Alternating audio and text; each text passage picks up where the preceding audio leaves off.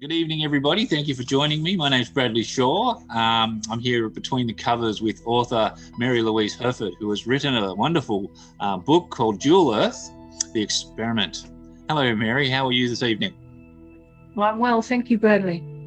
And yourself? I'm very good. Well, it's very cold down here in Victoria at the moment. It's freezing, but yeah, we're surviving, and that with lockdown and all. So, but how are you? How's tell us all about your book, the Dual Earth. Well, Dual Earth sort of came about. I suppose it's been in my head for a long time. It came about by certain circumstances in life. It was either I fall into a big black hole, or I write a book and get all my frustrations out in a book, and I can put some characters in there that I really disliked, and then I could do what I liked to them in the book. So I think combination of a pretty vivid imagination and, I don't know, a touch of revenge kind of, and out it came. It evolved. Good. I'm glad it came out in fiction. So, yeah, let's just, we won't delve into that too much then. Oh gosh, on the revenge aspects. Goodness me. So was this your first book that you wrote, like in the effort of writing a novel? Yeah, this is the first one. It's it was a long process. It's a culmination of lots of things, characters, places, people, and then I think, a workplace as well. Over the years, all the strange characters I've met in my career and in my job and in personal life. So they all came into the book somewhere. Some were good, some were bad, and some were absolutely brilliant. And yeah, I've always had a bit of an imagination as a kid, so I only had animals to play with, so that was okay. And yeah, that's where it all came from. I always had a thing about magic and mystery and strange things on the planet. Yeah, no, you made it's a very intricate plot. Like there's a lot of dynamics, a lot of characters, as you say, that intertwine through the storyline. Was that difficult for you to keep track of? Because I know you also, well, just for the reader's benefit too, you actually wrote the first draft of the book in the Longhand, and then we transposed it into and created the design of the actual book. So was it difficult writing Longhand to retain the plot points and to retain all those characters and try to keep the flow of a story creatively going? Actually, writing Longhand was easier than the computer, because the computer was sort of like that third person who was interrupting the flow from the brain to the hand. Mm-hmm. So the imagination's going mad and it's in the hand. And at that stage, I thought, oh no, this computer's like, someone you don't want around you. So it came, that the flow came very quickly from brain to hand. So that's why I did it in Longhand, but I'm now doing it, the next book, on the computer typed, Bradley. Ah, how is that going for you? And I still write Longhand first, and then I transfer it. Oh, good. And how's it going? How's the computer working for you? Like you're getting comfortable typing with it? Yeah. I've actually stepped into the 21st century now. It's really good. Yeah. Well, it's good if you're going to write fantasy sci-fi. You sort of want to be in that sort of use of technology a bit, but and that's true. That's like I find writing Longhand as well is more creative. It gives you a more direct, as you say, direct channel to your brain and just get the actions out. So for you too, like was there a set time that you wrote? Like you'd have to carry that heavy sort of notepad collection around with you and write, or did you set time aside? What was your habit of writing? I'd set time aside. I'd get everything out of my head, everyone sorted, animals sorted, everything sorted, and then just go and lock myself away and just let it happen. And then I'd get really cranky if the phone rang or something like that. Oh my God, people again. But I'd have set times. Yeah. Sometimes it was a bit random, but I'd organise myself to do it. Yeah. Was it a few hours a day? An hour a day? Or? No, it might have been a random thing. Like some days strangely enough, I wake up at about 3, 4 o'clock in the morning, and then the next chapter starts to come while I'm sort of in half asleep kind of thing. Yep. So then the chapter starts evolving when I'm in this, I don't know, a twilight zone, Bradley, I go into, and then it's, it's vivid in my mind, and then I think, right, today's the day I'm going to go and put this on paper. Yeah. So, and did you get involved in writing as well, like a lot of groups or mentors, or did you learn the art of the writing styles, or did you just evolve yourself? No, I just sort of evolved it all myself. I've watched a lot of series on TV, and I've watched how they sort of kind of play out. Yeah. And I kind of followed a format from watching like sci-fi series and how they work and how they follow. I wanted to keep it rolling. I didn't want to get it caught up in a lot of dialogue. Yeah. So I just wanted something exciting happened, and then something more happens, and then another character and something more. Because reading books, I like to turn the pages, and something good. That's the trick. Just keep the reader engaged. So what do you hope the readers get out of this book when they're reading it, like what you've created here? Well, I suppose it might stir a few imaginations, and I don't know, they might think about another planet, or maybe how we should treat this one, because the one in the next book, that's when we start to delve in and how well the experiment's working. So I don't know, I think it's a place that a lot of people would like to be. Good. Well, and what was for you the hardest scene to write, like thinking about the book as an overall project? I mean, was there parts of it where it was challenging and you might have had to black holes, what to put in the black holes? I had to really think about that one. I thought, what can they come across in a black hole? And I'm thinking, okay, it's like a big vacuum cleaner and it's sucking up everything. So I sort of went from there. And a bit more imagination, and I managed to fill it up with a few things. Oh, good. And did you do a lot of research on the black holes, the solar systems, the galaxy? Well, they don't really know what a black hole is, so I read a fair bit about black holes, and I thought, well, I'll just put my own twist on this one, what I think they are. So well, that's right. There's not too much factual. I think science fiction has that liberty where you can create the dynamics a little yourself. And just with that, did your family support you while you were doing all this writing and wondering what you're scribbling in all these pads, and did they help you with some of the elements, or?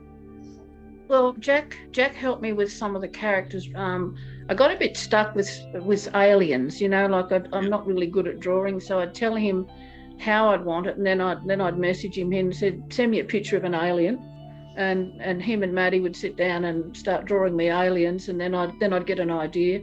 Awesome. It was trying to find something really grotesque for a really bad alien. I think we come up with one.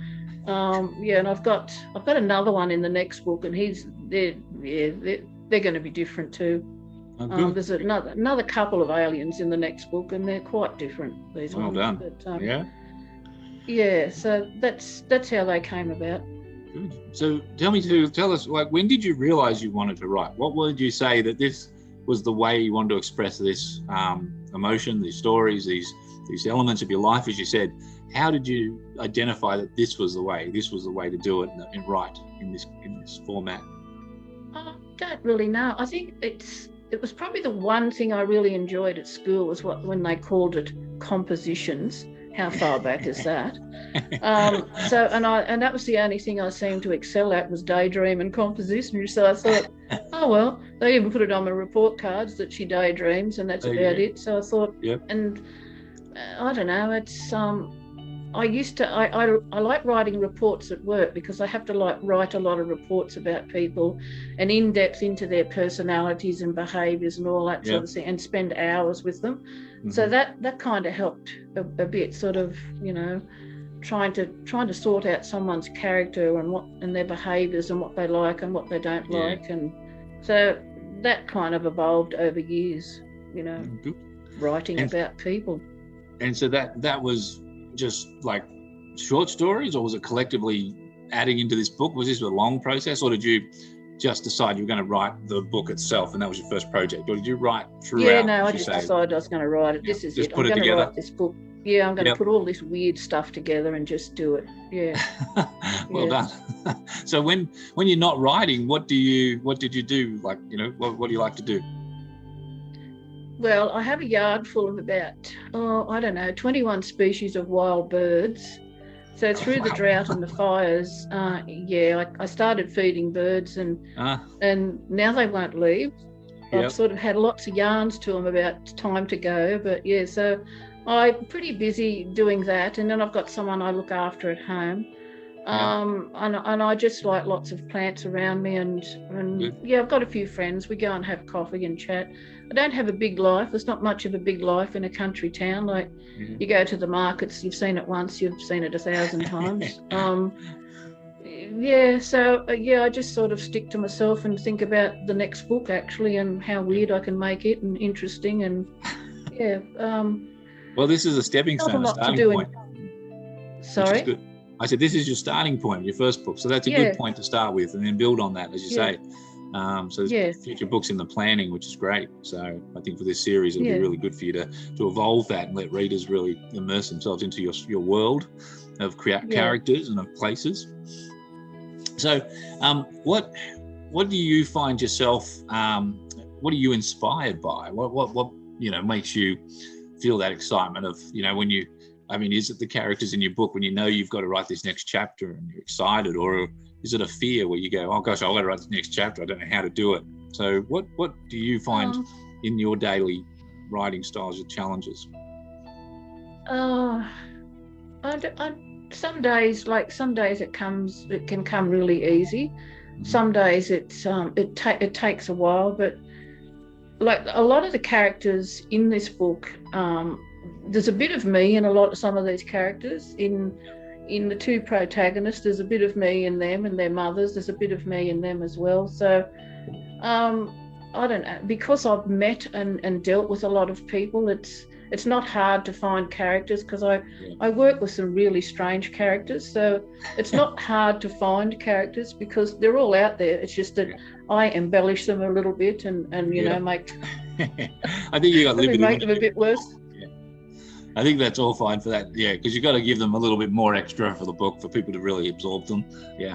So how did you decide on your names and your sort of stylings of the characters? Was that through some of these associations, or was it more just a feeling, a sense of the person?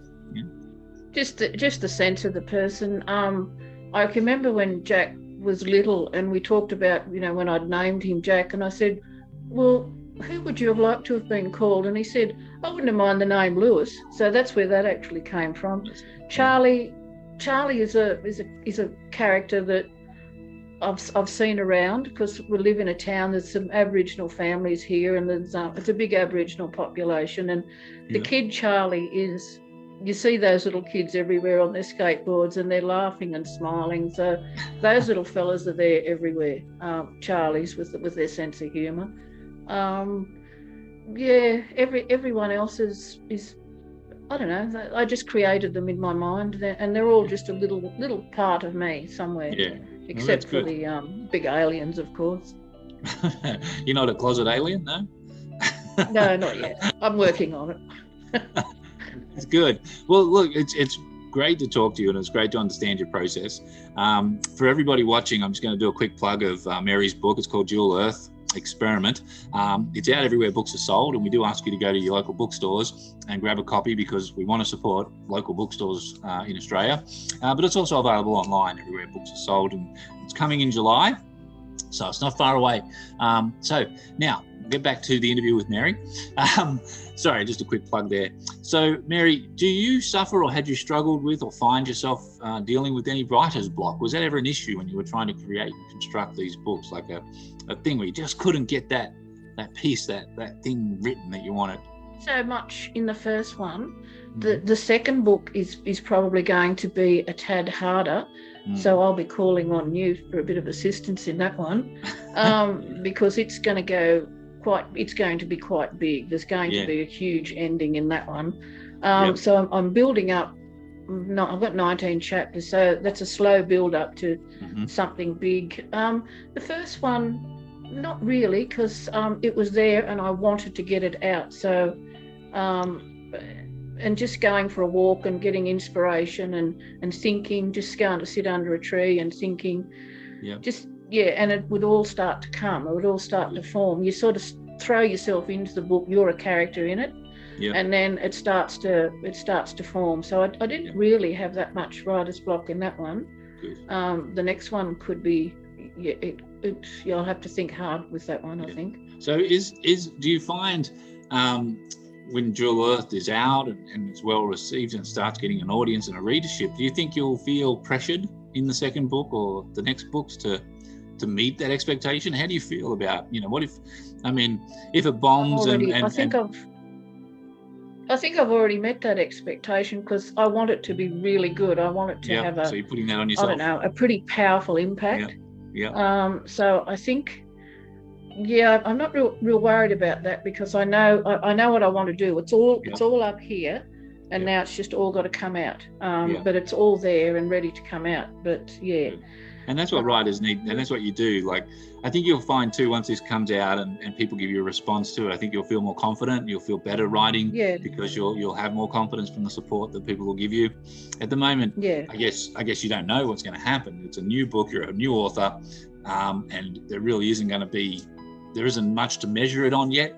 But I think soon we'll see some good positive results for you. So that's very exciting that you've got that next book in the wings as well, because I'm sure readers will want to know the next phase of the stories. So if you, going back to being, the younger you, what would you tell yourself about writing? If you were saying to yourself, you know what you know now, and you're going to come back to when you were a young girl and you're going to go, look, this is what I've learned from writing. What would you tell them? What would you say to yourself? Oh, I would have, if the opportunity had been around, I would have loved to have done a course in literature, something along those lines. But wasn't sort of available for a kid stranded out in the scrub somewhere. So, that would have been nice to have that opportunity to, because I love words. I love, the descriptive words and trying to find the right words. That was another thing, was looking for the words, like the word that suited me, the best word I could find. The younger me probably would have liked to have gone and done something in the literature world and learnt a lot more. I think that's what I would have liked to have done. I'll have to wait to the next life. That's one way. Pay it forward. Good idea. I probably would have told myself to buy shares in Apple or IBM. I went back and told my younger self. I did have ancestors who came out and they were stonemasons and built the first Tooheys brewery, and not one of them bought a share in it. Oh no. That's funny, isn't it? They did all the work but didn't get all the rewards. Wow. So with the writing and with the books as well, like the second one, but also this one, the first one, do you write it in a way that you want to sort of be original and surprise the readers, or do you keep to the formulas that you talked about, where the way that TV shows and the way that books are written in that genre? How have you found creating your style as a writer for your readers as well? I think I wanted to write it so that people could relate to it, and relate to the characters, and I don't know, the surroundings, the voice tones, the funny sayings. I think, like if you got an Australian audience, you've got to kind of, there's got to be a little bit of humour. There's got to be some funny, quirky things in there. And being brought up in the country, there's, it wasn't always a genteel existence. There was a lot of, hard stuff. So I wanted people to be able to relate to it, everyday people. I think the boys were pretty relatable. The women in it, all the people in it were pretty. I think everyone can relate to them. Good. Yeah. So with the storyline, with twists and turns and surprises, did you try to create those little things on purpose, yes, like really create the red herrings? Or did you sort of want to make it comfortable for the reader so they weren't taken too far outside? I tried to make little twists and turns, and strange things happen. I just wanted to keep people interested in it, because if you're going to read a book, you want to keep turning the pages. There's got to be something then they go, oh my God, I wonder what happens next. Yeah. I'd put a few twists and turns, and hopefully that would just keep people intrigued in it, because I kept reading it back to them and I thought, oh, that was quite intriguing. I enjoyed it. So then I hope other people will too. Yeah. And how will you identify literary success for you? Like, what does it mean for you? Just what it means for me is to people just to enjoy it. I've already got a couple of friends who can't wait for it. They're out there scouting for it now, and I said, well, just hold your horses, it's nearly there. Because they know who I am, and they know I'm a bit quirky and strange. So look, just get something out of it, take something out of it. I think there is a couple of messages in the book there as you get to the end, and there's probably a bigger message in the next one. So hopefully people can pick that up and see where we're going on this planet. So so you've got the next book coming, and it's coming out for probably in the 2022 side of things next year. It won't take us as long to help you with, because we won't have to retype the whole thing. That's great. So you've got a computer going on it, which is fantastic. So we look forward to that. And as I said, Jewel Earth is coming out in July. Everybody watching, please grab a copy of Mary Louise's book. Mary Louise Hurford's book, sorry, drop your name. It's a wonderful book. It's a fantasy, sci-fi collection of adventures of young characters. It's really great for those sort of people who love that type of book. And thank you for watching us tonight. We look forward to your feedback on the book when it comes out. And Mary, thank you so much for joining me tonight and talking about your book and your writing. And thank you very much. I've enjoyed it. Thank you. And I hope everyone enjoys the book. Yes. Well, thank you, Mary. We will talk again soon. Thank you for watching, everybody. Have a great night, and stay safe. Thank you.